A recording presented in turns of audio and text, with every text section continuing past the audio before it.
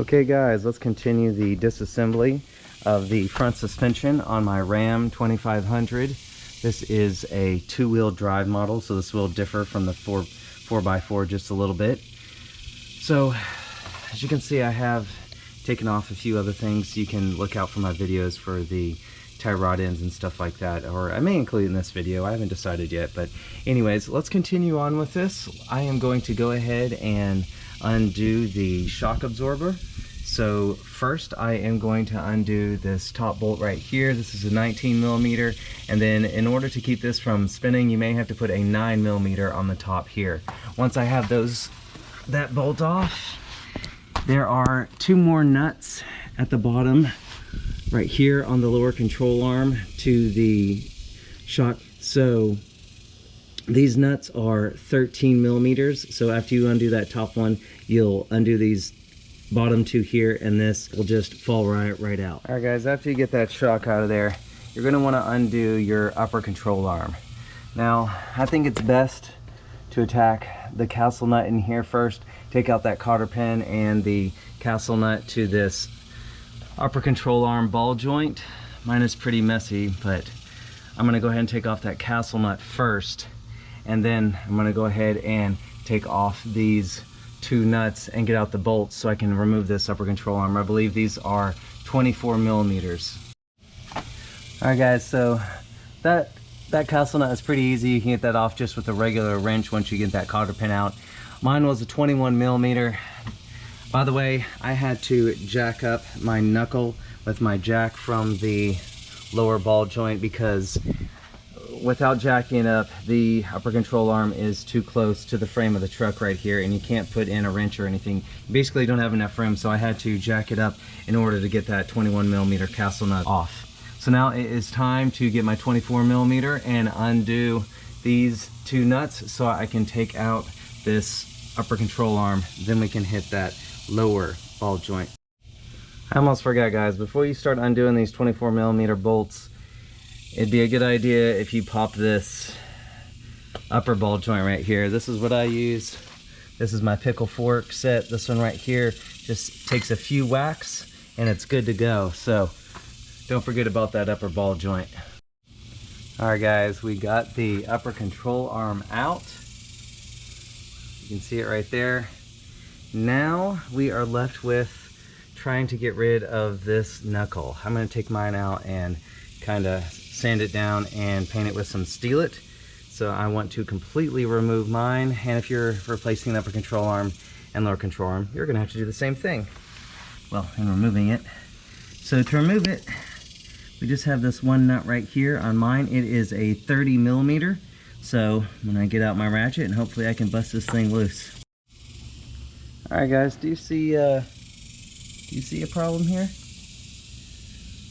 Well, I disconnected the upper control arm, and before I disconnected the upper control arm completely from the knuckle, I should have busted this lower ball joint loose with my pickle fork before I did this, because now it is stuck on there, and now it's just going to fall once I bust this ball joint loose. So yeah, learn from my mistakes. Alright guys, since I can't get this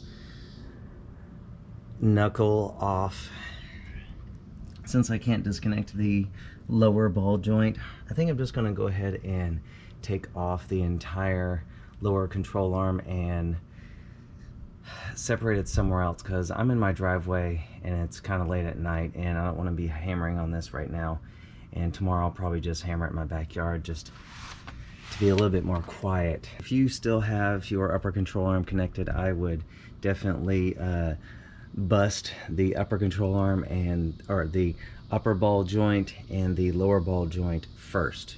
Bust those loose first before you take off any of the arms, because I think that would be a lot better way about going about this. This is my first go with this, so bear with me, but you know, I'm making mistakes, so you don't have to. So on my next round of this, or my next go, I think I am going to go ahead and take off the nuts and the bolts off of the lower control arm. They are both 24mm, So there they are right there, right in the middle of the screen. There's one and there's two. So, and I also have the lower control arm supported by my jack. That is very important that you need it supported, because remember the spring is also in there.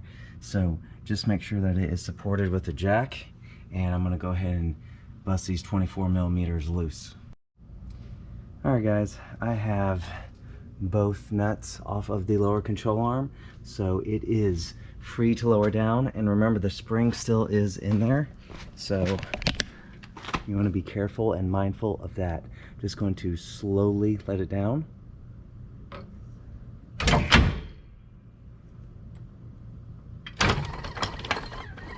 And there it is. Mine came down a little bit faster than expected because I have the heavy knuckle that is still connected to it, but oh man, I'm just trying to get this job done.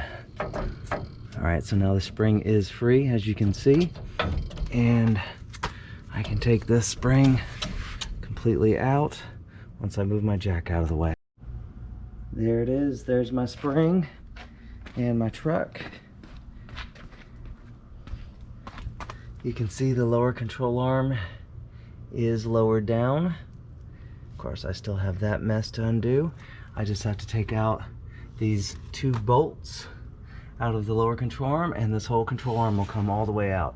So I'm gonna go ahead and get that out now.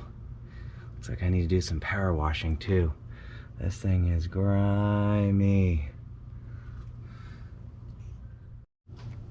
Alright guys, look how bad these bushings are. They're completely dry rotted. This one is all torn apart. This one has chunks missing out of it. It's all broken apart. This one's dry rotted. So I finally got this lower control arm out, and I got the knuckle disconnected. I should have thought about this earlier, because I'm not reusing this ball joint. Obviously the new lower control arm comes with the new ball joint, so all I had to do was give it a few good whacks at the end of the ball joint, and it's separated from the knuckle, so that's finally separated. So that's good news. Tomorrow's a new day, and get to install some shiny new parts.